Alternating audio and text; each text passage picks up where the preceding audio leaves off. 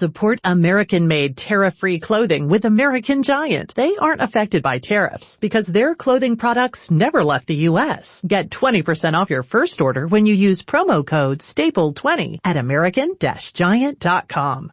See if you can guess this one. Is it a song or a slogan? No, it's a slogan. A very popular slogan. Go ahead.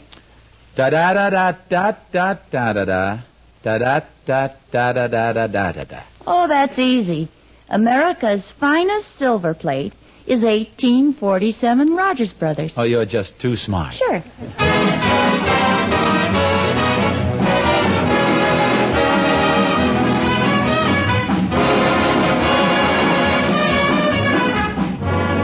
From Hollywood, International Silver Company, creators of 1847 Rogers Brothers Silver Plate, present The Adventures of Ozzie and Harriet, starring America's favorite young couple, Ozzie Nelson and Harriet Hilliard.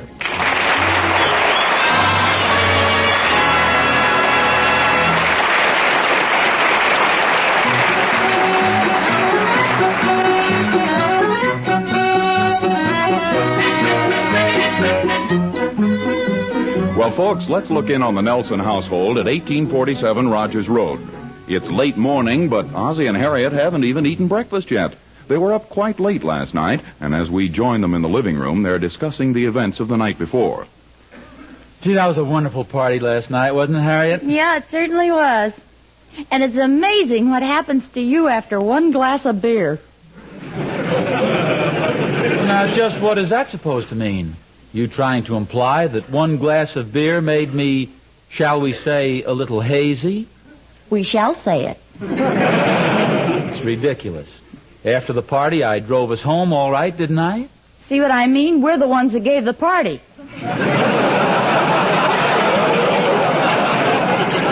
I was just going along with the gag, Smarty. It's a very lovely party, and you know it. Have you called the insurance company yet? No, I haven't really checked to see if there's any damage. See, we certainly had a lot of interesting people here last night, didn't we? Yeah, I wonder who they were. A lot of them were complete strangers to me. Of course, I was busy most of the evening being the perfect host. Oh, yeah, you were the perfect host. Well, now, why do you say it that way? I thought I was very attentive and very charming. I hope you noticed that I admired each and every woman's dress as she walked into the room. You admired every woman's dress, all right. In fact, you mortified that one woman completely. Well, how should I know she wasn't wearing a bustle? Oh, say, and speaking of being a perfect host, how about the time you helped serve the sandwiches? I thought I served the sandwiches very well. Well, honey, there are certain things that guests take for granted. You didn't have to keep saying, they're free, they're free. Don't be silly. Everybody knew I was only kidding. Oh, and by the way, dear, if we ever give another party, let's not invite that Charlie, huh? Charlie who? You know, that Charlie whatchamacallit. Oh, him. I thought you liked him. Oh, I guess he's all right, but he's such a ham. Always trying to hog the spotlight and be the life of the party. Well, I didn't notice. When was that? When? Why, every time I began my impersonation of Edward G. Robinson. You know, the one where I put the cigar in my mouth and I say, oh, so you guys are... Okay, dear, okay. I've heard it so many, many times. And another thing, how Charlie can tell those corny old jokes. Oh, Gosh. Hey, did you notice how all the women left the room every time somebody started telling a risque joke? Yes, that always annoys me. Why can't they let the men hear it, too?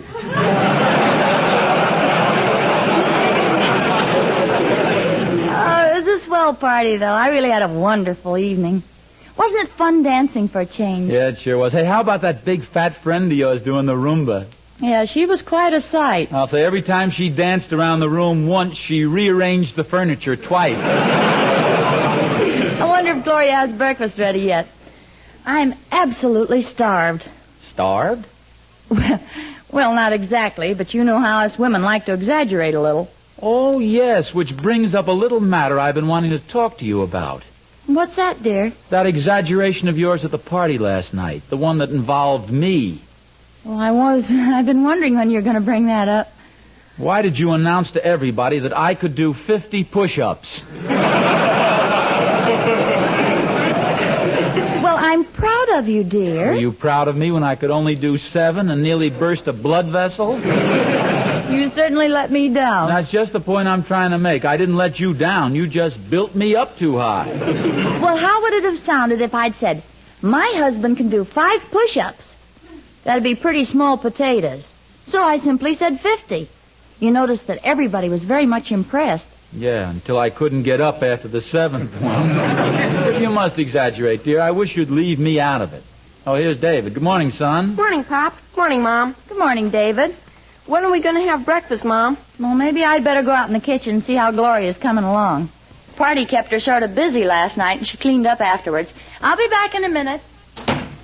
How was the party last night, Pop? Oh, it was a lot of fun, except for one embarrassing situation your mother got me in. What happened, Pop? Well, your mother insisted on bragging about me, and she just let herself go. Of course, she's a very lovely and wonderful woman, and I wouldn't criticize her for the world.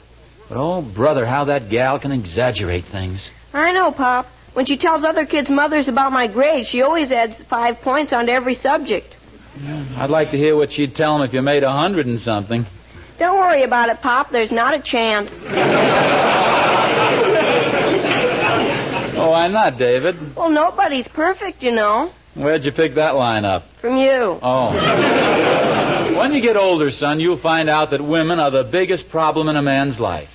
They're so stubborn and obstinate. And yet, at the same time, they're so changeable and confusing. It's impossible for you to figure them out. Well, gee whiz, Dad. Why do men marry them? Well, I'll take that up in a different talk.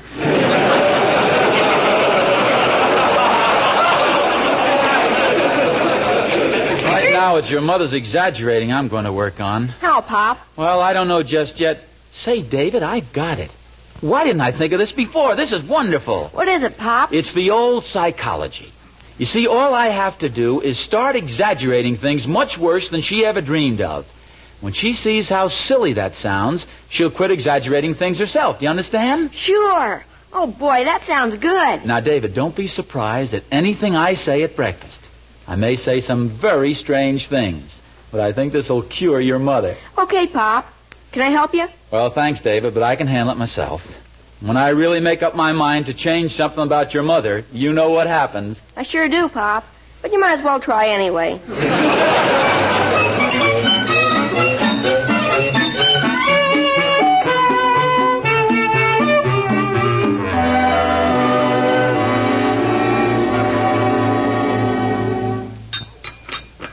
How's breakfast, dear? Oh, just fine. That's good.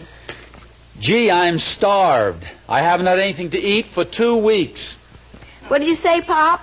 I said I haven't had anything to... Warning, the following ZipRecruiter radio spot you are about to hear is going to be filled with F-words. When you're hiring, we at ZipRecruiter know you can feel frustrated, forlorn even, like your efforts are futile, and you can spend a fortune trying to find fabulous people, only to get flooded with candidates who are just fine. Fortunately, ZipRecruiter figured out how to fix all that. And right now, you can try ZipRecruiter for free at ZipRecruiter.com/zip. With ZipRecruiter, you can forget your frustrations because we find the right people for your roles fast, which is our absolute favorite F word. In fact, 4 out of 5 employers who post on ZipRecruiter get a quality candidate within the first day. Fantastic. So, whether you need to hire 4, 40, or 400 people, get ready to meet first-rate talent. Just go to ZipRecruiter.com/zip to try ZipRecruiter for free. Don't forget, that's ZipRecruiter.com/zip. Finally, that's ZipRecruiter.com/zip. eat for 2 weeks. Neither have I. What's the matter, dear? Nothing. Listen to this, David.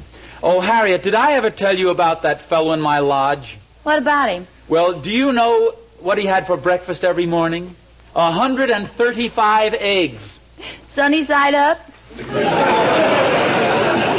Harriet, when I say that a fellow eats 135 eggs every morning, isn't there a certain bet you'd like to make with me? Of course. I'll bet you he likes eggs. Well, and there's something else I forgot to mention. This fellow that eats the 135 eggs for breakfast, he also finishes off 50 quarts of milk, 10 loaves of bread, and 6 dozen wheat cakes. And a pickle.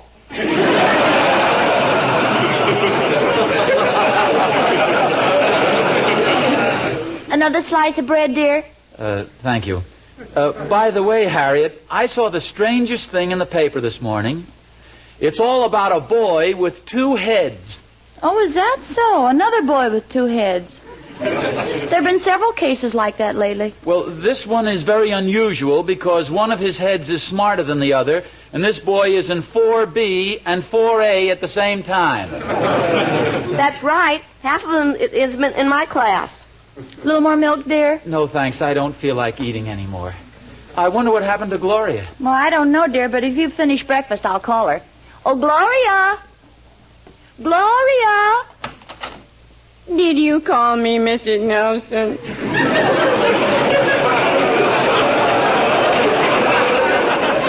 Yes, Gloria, I did. We finished breakfast. I imagine you must be pretty tired after the party last night, huh? Oh, I don't mind. Just that one couple did keep me awake, though. Oh, who was that? Well, after everybody else went home, there was one silly couple out on the porch. And they were mooning and cooing and talking mushy talk, and I just couldn't fall asleep. But, Gloria, you can't hear anything on the porch from your room. You can if you lean out the window. Was there much food left over, Gloria? Well, let me see. There were 21 sandwiches. Oh, 21 sandwiches left over. Yeah. And did you put them away? Well, I put away 11, but I couldn't eat another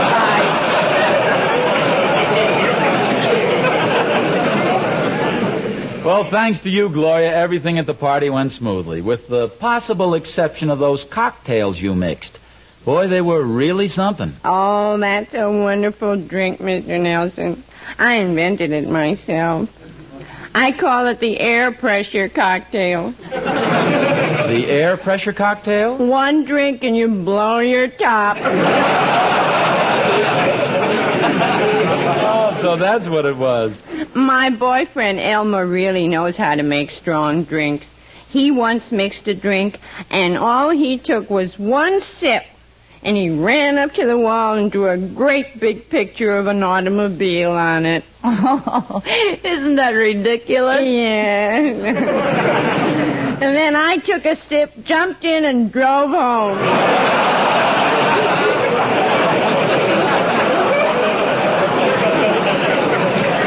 Well, I better take this pile of dishes away. Oh, before I go, I knew there was something I wanted to tell you.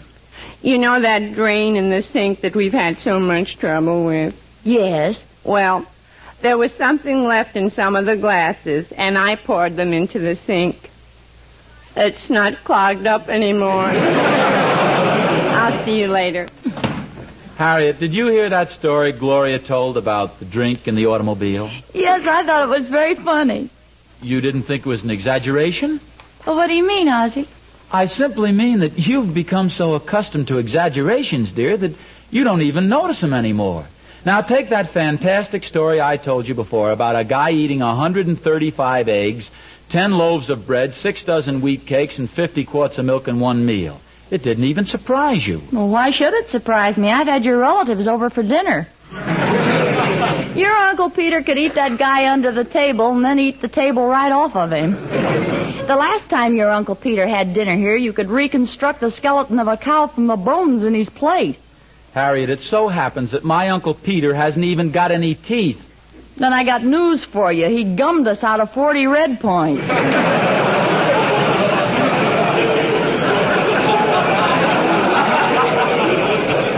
Harriet, I'm merely trying to show you how foolish it is to exaggerate things. I know you don't mean any harm, but it's little things, like the price of a dress, the age of a piece of antique furniture. Oh, my goodness. What's the matter, dear? Gee, I almost forgot the antique man's coming this morning. Antique man? Harriet, you're not going to do the living room over again, are you? Well... But, Harriet, I had a hard time wearing those chairs down so they'd fit me. Why, it would be like selling a part of me. A very important part to me. Well, I'm not sure I'm going to do it, honey. And even if I do, I'll be haggling for at least a month with the antique dealers. Maybe I change my mind. Excuse me, will you, dear? But, Harriet, I haven't finished. Oh, you don't mind eating alone, do you? I mean about the exaggerating. Oh, that. I promise never to do it again as long as I live. There's an exaggeration right there. I'm going to cure her of that exaggerating if it's the last thing I do. And there's a distinct possibility it'll be the last thing I do.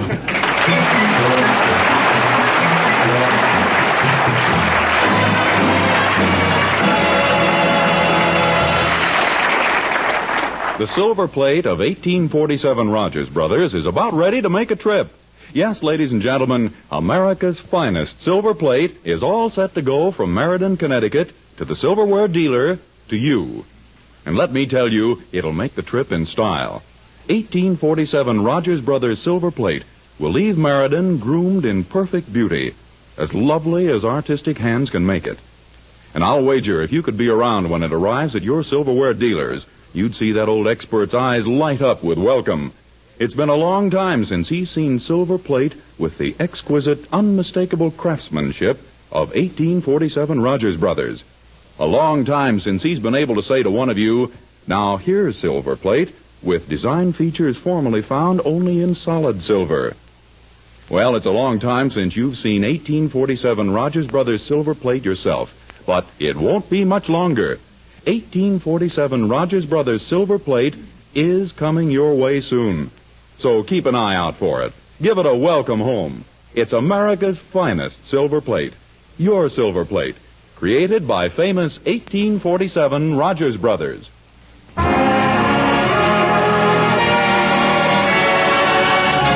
And here are lovely singing stars, the four famous King sisters. I don't care who knows it. I'm in love with you. I guess I'll always be this way. Nothing you do or say can ever change me. I'm for you forever. Yours my whole life through. That's how I am, and I don't care who knows it. I'm in love with you.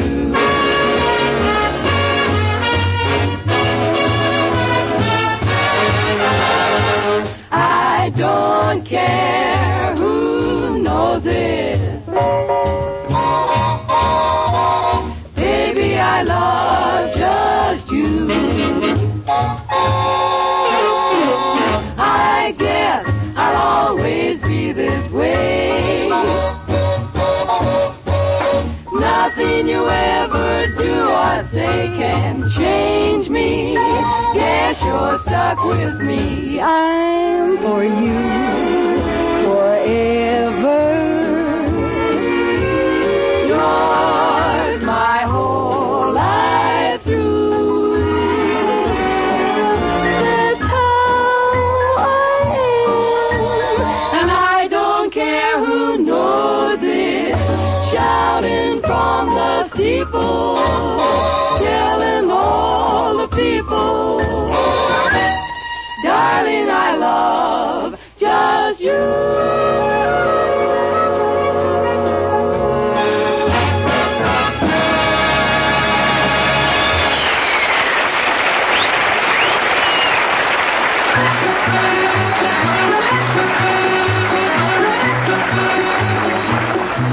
Well, Ozzie seems to have quite a problem on his hands trying to figure out a way to cure Harriet of her tendency to exaggerate things.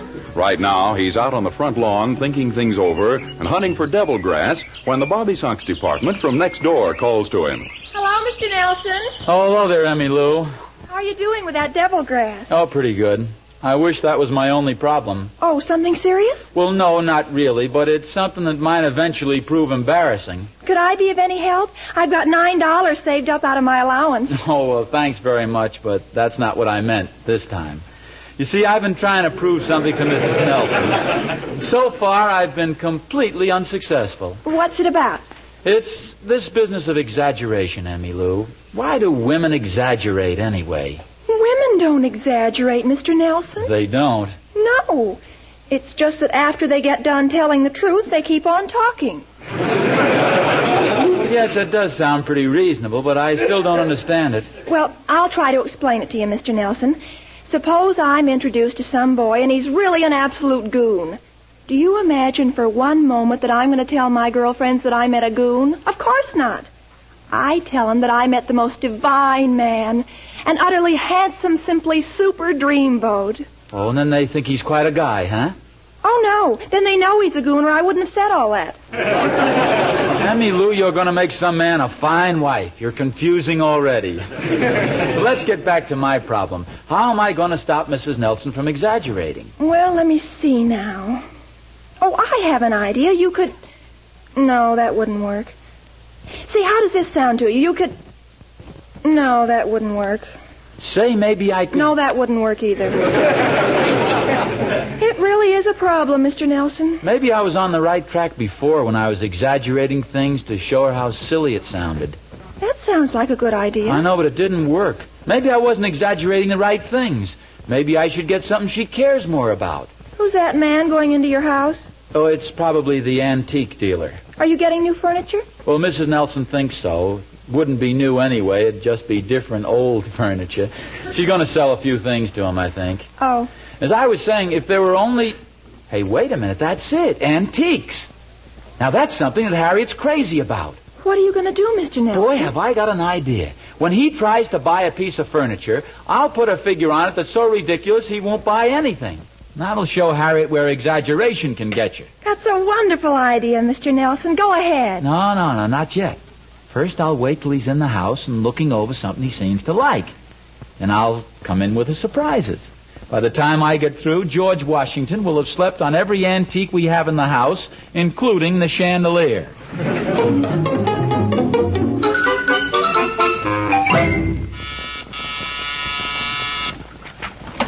Mrs. Nelson? Yes. Are you Mr. Johnson from the antique shop? Oh, no. My name is Clark. I'm from the county tax assessor's office.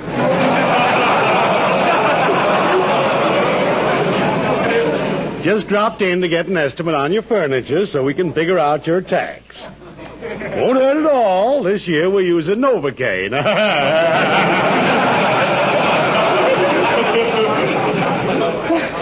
You certainly seem happy at your work. Oh, I've been at it a long time. Know it like a book. Yes, ma'am. When I start assessing, I ain't just a guessing.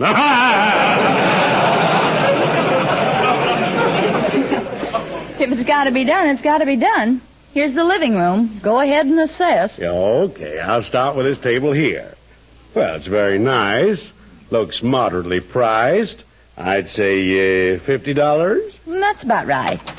Oh, hello, dear. Oh, hello, Harriet. Ozzie, this is Mr. Clark. How do you do? I was just looking this table over, Mr. Nelson. Your wife and I figure it's worth about $50. $50? Are you kidding? This table is worth $5,750. Ozzie! Is this on the level? Absolutely. Well, take your word for it, but just looks like an ordinary table to me. As a matter of fact, it was originally a footstool used by an old Scottish knight, 8 feet tall.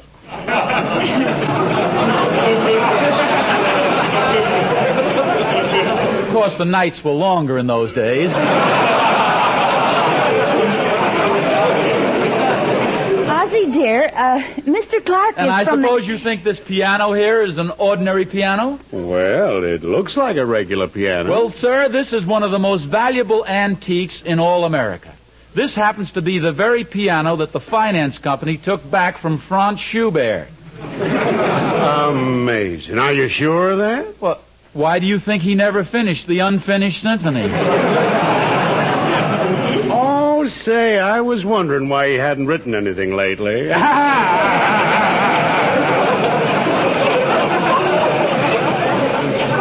Ozzie, why don't you let Mr. Clark judge these things himself? My wife is very modest about it, but practically everything in this room is a rare treasure. Oh, brother. Hey, I'd better mark some of these things down. Do you have a pencil? Well, here, you can borrow my pen. Thanks.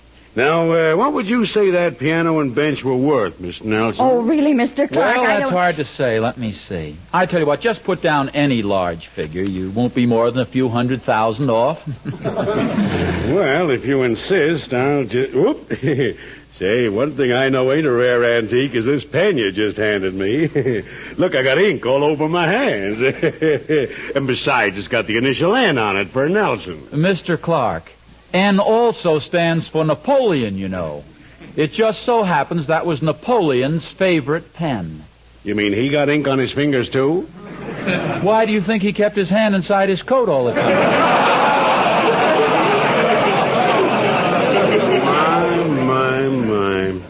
Say, Mrs. Nelson, you know, you haven't entered the conversation. I'm a little sorry I entered the room. She's very modest about all these well, things, you know. So much for the antiques. Now let's get down to the everyday stuff, like, this floor lamp here. Oh, well, that's just Mr. Clark, you have just succeeded not only in picking out one of the most valuable possessions in the house, you have picked out the most valuable. This floor lamp? That's right. This floor lamp, as you so casually put it, was once used by Julius Caesar. Oh, now wait a minute. Electricity wasn't even discovered then. Now do you see why it's so valuable? Oh, sure. Well, now tell me, Mr. Nelson, about what would you say the contents of the house are worth? Conservative. Oh, I'd say conservatively. $450,000. I give up. Well, thank you very much, Mr. Nelson. You've been most cooperative. It's been a pleasure, I'm sure, Mr. Clark. Mr. Nelson, before I go, may I say just one thing? Go right ahead.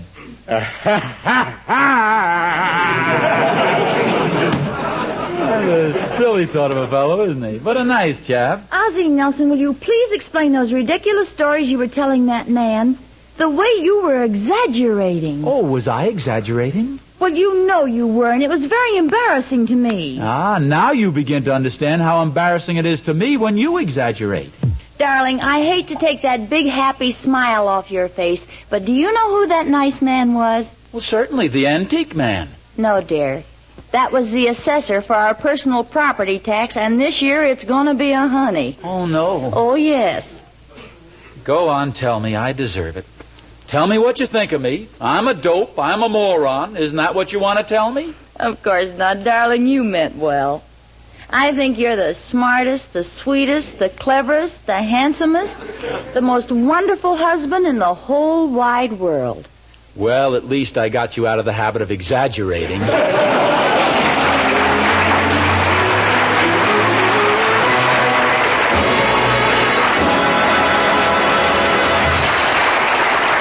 Ozzie and Harriet will be back in a moment.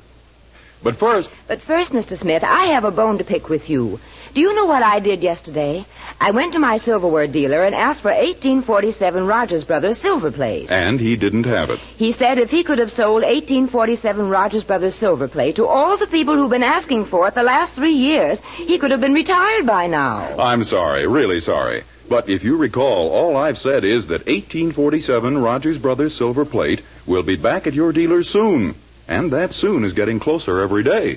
Well, perhaps it's a little my fault. I'm so anxious to get 1847 Rogers Brothers silver plate, I run every time I hear the name. And by the way, I saw a lovely 1847 Rogers Brothers pattern in a magazine the other day, and I've been trying to remember the name of it. Well, what's it like? Well, it has 2 flower ornaments, one right where the shaft joins the bowl, and the other about halfway up. Oh, that sounds like adoration. That's it.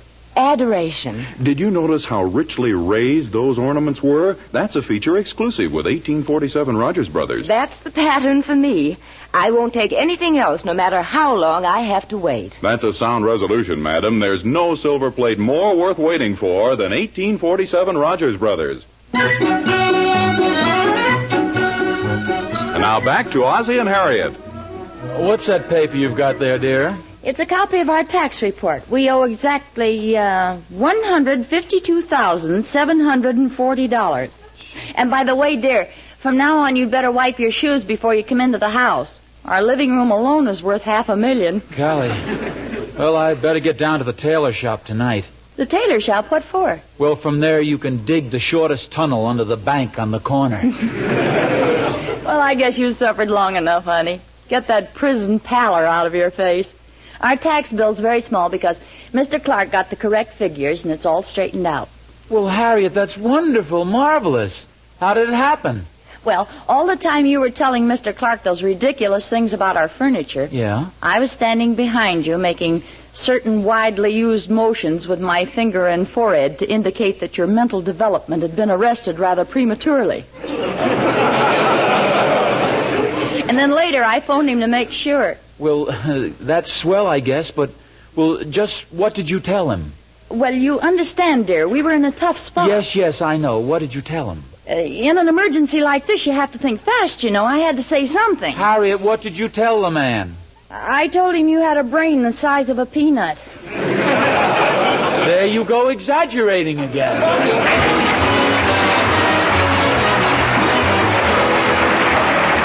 International Silver Company, creators of 1847 Rogers Brothers Silver Plate, invite you to listen again next Sunday to the adventures of Ozzie and Harriet, with songs by the King Sisters and music by Ozzie Nelson's orchestra. And don't forget, America's finest silver plate is 1847 Rogers Brothers. You're right, Harriet. America's finest silver plate is 1847 Rogers Brothers.